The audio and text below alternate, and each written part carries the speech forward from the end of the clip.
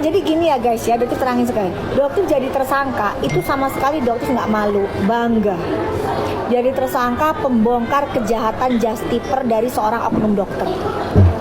Oknum dokter jadi justiper. Doktif resmi jadi tersangka karena pelanggaran UU ITE. Terus laporannya Doktif kapan diproses nih? Pertanyaannya sesimpel itu. Iya, Kayaknya ini laporan keduanya ini kok malah lebih cepet ya. Ya udahlah ya, kita kawal aja. Semoga nggak Doktif yang nggak kenapa-kenapa. Ini speechless loh gue. Banget. Sampai gue cek ke beberapa media gede apakah beneran resmi atau enggak, dan ternyata resmi. Ya, kabar terbaru katanya Doktif resmi menjadi tersangka ya atas pelaporan siapa tuh inisialnya ya, AS ya, gitu, pencemaran nama baik Undang-Undang ITE. Cepet banget ya Undang-Undang ITE. Gimana nih persekusi yang dialami oleh Doktif kemarin nih? Nggak jalan-jalan nih kasusnya ya kan? Nggak ada perkembangan gitu. Lama loh itu. Coba apa nih komentar para warganet ya mengenai VT berikut tadi. Coba cross check berapa minggu apa bulan lalu si FS ke Medan. Waduh, ada apa? Apa ada atensi dari dia ya katanya gitu. Ya kita percayakan aja ke pihak bersangkutan, semoga semuanya aman kak, kata kreatornya gitu. Negara apa sih ini, sumpah greget banget aku juga. Harusnya dulu Doktif lapor ke Damkar aja biar cepat prosesnya. Waduh, semuanya duit mah, kuasa siapa yang paling tinggi bang, katanya gitu Indonesia gitu loh. Waduh, kira-kira dibayar cash apa pakai amplop coklat ya katanya. Waduh, heran tapi ya gimana gitu ya. Begitulah yang terjadi saat ini ya gitu. NM begitu instannya tersangka kemudian langsung ditahan. Doktif Undang-Undang ITE udah ditetapkan menjadi tersangka aja. Yang jelas-jelas persekusi ya, perlakuan tidak menyenangkan gitu ya, perundungan gitu ya, di situ ada perundungan ya, menunjuk-nunjuk dokter Bopeng gitu, itu jelas banget. Itu waduh, disaksikan dengan ratusan ribu ya pasang mata ketika live waktu itu. Bagaimana coba dengan kasus itu? Heran, tapi ya itulah Konoha ya. RG gimana, Reza gimananya sayang? Itu rahasia Doktif, bakal ada sesuatu nanti gebrakan. Pokoknya nanti bikin geger lagi sayang. Tungguin aja. Cuman Reza Doktif suruh bilang Doktif pemeras, ngomong dong Reza. Nggak berani guys, kenapa nggak berani? Kan suami kamu yang nemuin Doktif, ya kan, bolak-balik. Tapi yang dikeluarin seolah-olah Doktif meras kamu gitu. Kamu yang ngotot nemuin gitu. Terus kalian pikir aja guys, kok mau dia ngasih 20M dalam 2 hari? Berarti Iya, ada apa tuh? apa nih kira-kira yang berusaha ditutupin? Kebohongan apa yang berusaha dia tutupin? Tapi Doktif nggak mau. Best Nah ya, Doktif tuh. akhirnya dia tantrum. Tantrum nggak tuh? Boykot Mafia Skincare, jangan beli produknya. Buat Kak Rahmawati, thank you ya. Nah ini salah satu Kak Rahmawati ini sudah mau cerdas. Nah itulah tugas daripada tim-tim edukasi yang memberikan edukasi tentang kesehatan kulit ataupun bahayanya memakai merkuri. Nah adapun dokter-dokter itu memberikan kita edukasi, membuat kita cerdas dan pintar. Kalau seandainya kita sudah cerdas dan pintar, jika kita tidak ada lagi yang mau percaya dan mau Ini salah membeli satu yang owner brand juga ya.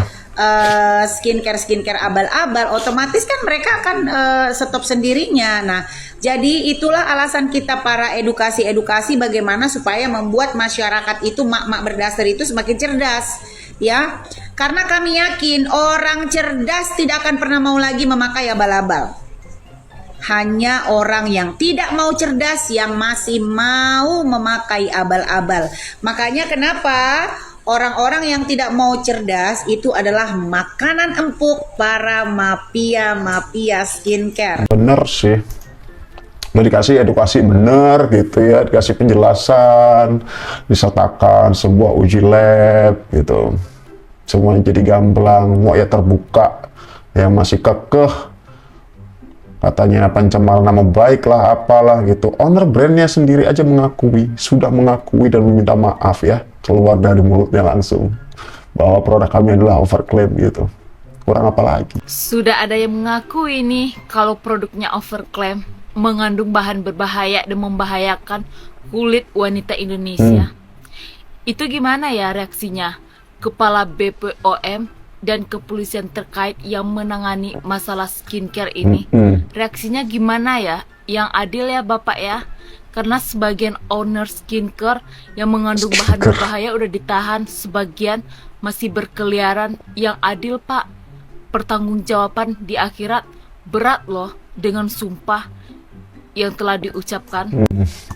Ya, kalau ingat statement dari Ketua BPOM ketika itu bahwa overclaim adalah sebuah kejahatan ya. Ketika beberapa owner brand ini sudah mengakui hal itu, bagaimana nih tindakan apa yang bisa diambil oleh Kepala BPOM tersebut atau pihak berwenang lainnya lah menanggapi kasus ini ya gitu. Kerugiannya yang dialami oleh masyarakat tentunya juga banyak, korbannya juga sudah banyak. Sudah ada di depan mata, sudah di-spill oleh Doktif, udah di-live-kan langsung oleh Doktif di depan anggota DPR Komisi 6 ketika itu ya. Ayolah, bergerak cepat ya. Tapi setelah gue pikir-pikir ya, itu geng sirkus itu gimana ya membayarkan cicilan kredit mereka itu? Valerie lagi nih. Barbar. Apalagi pihak PT Tok di Indonesia Raya Merdeka ini kan mempunyai PT. Pasti mereka mau filter. Iya dong. Makanya kalau misalnya kalian perhatikan, ketika mereka berjualan di Tok skincare mereka itu tidak laku. Adapun yang beli ya palingan itu dicurigain beli sendiri nggak sih? Ngaku. Buzzers nggak sih? Ngaku. Makanya hidup itu nggak selamanya seindah itu, Ferguson. Kalau misalnya hasilnya itu tidaklah dengan sempurna, dengan halal, aduh jangan diharapin ya. Betul. Gak selamanya hidup itu selalu aja meninggi setinggi pohon kelapa. Pertanggungjawabkan tuh korban-korban akibat ulah kalian. Pertanggungjawabkan tuh muka-muka korban yang sangat mengerikan kali. Kalau gue lihat itu ya kemarin di komisi 6. Aduh seram-seram banget, takut sumpah. Selain udah nyata loh, kasihan, buktinya sudah nyata, korbannya sudah ada. itu sangat-sangat amat susah banget. Gue tahu banget, dokter kecantikan aja kalau misalnya kalian datang di ke dokter kecantikan terus ini tuh dokter itu bakalan kayak butuh waktu lama untuk menyembuhkan karena akibat overclaim yang kalian buat ini kepada korban-korban lama.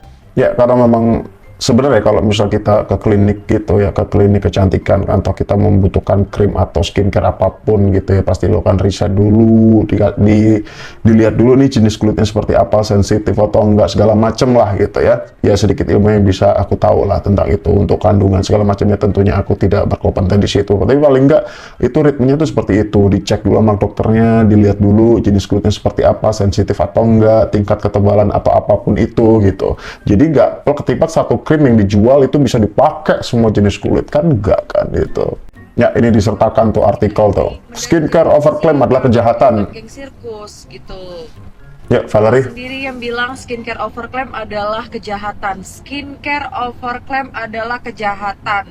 Dan Bapak sendiri yang akan bilang akan menyusut kepada kepolisian, kejaksaan, bea cukai, perdagangan dan lain sebagainya. Maka harus diusut tuntas. Lalu, Bapak mendengarkan nggak videonya si ular si SS yang menyatakan permohonan maaf aja? Dan dia juga mengatakan skincare-nya itu adalah overclaim dan terkeluar langsung dari mulutnya ini, Pak, dari mulutnya. Itu video, Pak, video ya, Pak ya. Terus adil dong, Mira Hayati aja di penjerong ya. Cepat tuh, owner brand di salah satu daerah tuh, adil, MH sejahtera gitu. Diusut tuntas. Bapak sendiri yang bilang akan melibatkan ke kepolisian, kejaksaan, cukai, dan lain sebagainya. Banyak loh ini. Salahnya Pak, dia ini sudah berjualan sudah lebih dari satu tahun gitu. Jadi apakah ini bisa dibiarkan aja dengan permohonan maaf? Gak bisa Pak, gak bisa ya. Tolong ya Pak ya, diusut tuntas itu di kepolisian juga. Gitu, janganlah omong-omong iming-iming dari mulut ini BPOM. Betul. Nggak bisa kayak gitu, harus adil semuanya. setelah merusak kulit masyarakat di Indonesia Raya Merdeka ini, terus langsung ngomong minta maaf, nggak bisa Pak, gitu ya. Semudah itu. Adil dong ini kepada Pak Kepolisian juga, Mira Hayati aja dipenjerong, gitu kan. Kenapa kok ini masih bisa dibiarkan berkeliaran bebas, gitu loh. Mana tanggung jawabnya? Oke, best oleh Valerie ya. Ini kita dibungkam ibaratnya. Valerie makin vokal ya. Banyak pengganti di kita ya. Beberapa sosok ya. Ada Doktif, ada Valerie ini, ada beberapa sosok juga yang vokal menyuarakan hal ini gitu ya. Karena yang disuarakan adalah sebuah kebenaran. Ini adalah salah satu contoh orang yang mungkin bebel ya. Aku akan blur atau nanti aku akan hapus namanya nih. Katanya bilang seperti ini. Sebetulnya produk SS dan DG ya tidak overclaim. Itu hanya siasat NM dan Dokpeng untuk memeras. Kalau emang overclaim, BPOM sudah bertindak dari awal. Makanya nggak ada yang laporin produk mereka ke polisi. Paham? Katanya gitu. Ownernya aja ngakuin, netizen sudah paham. Nah, nonton deh video kemarin yang aku upload kemarin. Dimana owner-owner brand ini akhirnya mengakui kesalahannya dan minta maaf ya. Ayolah, jangan denial. Gak ada yang nangis, ngapain nangis? Gak ada, kita tuh happy banget. Ya, dugaan katanya Doktif sedih, nangis ya, karena ditetapkan menjadi tersangka. Itu nggak sadar, ada di depan itu ada ancaman luar biasa buat dia, ya kan? Betul. Tapi dia nggak tahu gitu loh. Kamu tuh kena loh AS, 12 tahun kamu itu kena. Ya, ada anggota baru ya, AS adalah Andreas. Udahlah nggak usah. Ya, nggak usah sebutin nama lengkapnya kali ya, kalau udah paham lah. Itu salah satu owner brand juga, kalau nggak salah, dan dokter gitu. Jangan, kasihan, biarin aja. Tapi ditantangin tuh sama lawyernya si Anus itu, ya kan? Ya udah akhirnya, oke Pak Anus, kita siap berperang ya. Klien Bapak 12 tahun ancamannya, Doktif 8 bulan. Ya, jadi ada sebuah video yang beredar nih, video ini nih. Ketemu sama PIC tokonya, saya berbincang-bincang dan ini sangat bagus, begitu ya. Berapa harganya? 250.000. Halal kah dok? Nah untuk halalnya aku tidak tahu, tapi yang pasti ini sudah BPOM dari Bangkok. Gimana? Jangan ya dok ya, itu kan ilegal dok, ya. Terus BPOM Thailand itu apa dok? Adanya juga BPOM RI. Kita beresin aja dok, yang di dalam negeri ini loh lagi kacau, ya kan? Ada mafianya. Dia dokter jangan nambah-nambahin lagi. Salah satu yang vokal juga di Dokter Ika nih. Dong. Dia juga menjadi salah satu saksi ketika Doktif waktu itu dipersekusi habis-habisannya. Ada dia di lokasi waktu itu. Sedih gak sih ketika dianggap malah justiper? Sebenarnya sedih ya, karena saya pribadi bukanlah seorang justiper.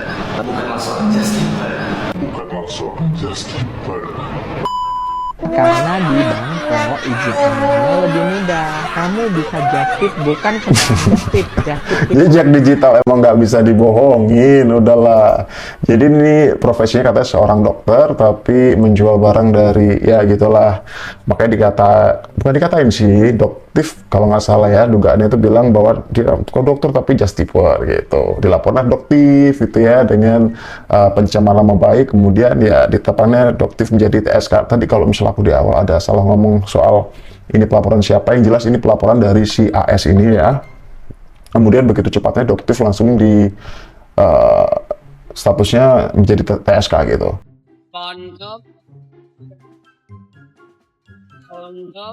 Ya, di media sosial, ya, membangun opini, menyudutkan, menyalahkan dan sebagainya. Artinya siap gitu ya Bang? Iya dong, tapi sampai sekarang nggak dilapor-laporin. Anda yang bersalah, tapi Anda yang merasa menjadi korban.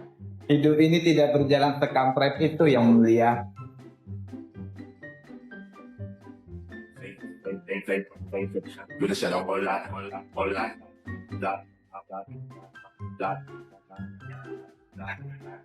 Hebat sekali Anda. Halo semuanya, selamat sore. Mohon maaf ya, untuk semua justipan akan ada keterlambatan pengiriman dikarenakan memang ekspedisi kita sedang overload, jadi barang kita tidak bisa dikirim. Jadi nanti kami akan informasikan kembali, kemungkinan tuh di Januari tanggal 4 atau di atas tanggal 4. Tapi kalau nanti memang lebih cepat, kami akan langsung informasi ke semuanya ya. Mohon maaf semuanya ya, kakak-kakak, bunda, abang, dan semuanya. Terima kasih. Kalian ini melantong nih ke luar negeri. Lalu kemudian ada tetangga kalian, mertua ataupun yang cowok ya, selingkuhannya nitip oleh-oleh gitu kan. Apakah oleh-oleh itu harus mendapat versi resmi? Istilah Bepom Bangkok itu akan sebutkan daripada si dokter itu sendiri ya, seperti itu. Oh my God.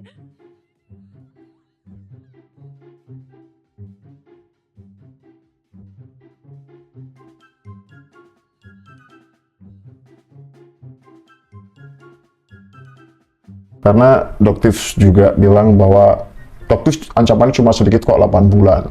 Yang harus ketar-ketir itu si AS ini karena ancamannya 12 tahun gitu katanya ya. Kita lanjut nih keterangan dari Doktif. Udah 10.000, iya tadi kan udah dikasih. Ancaman dia guys itu 12 tahun di depan mata tanpa dia sadari.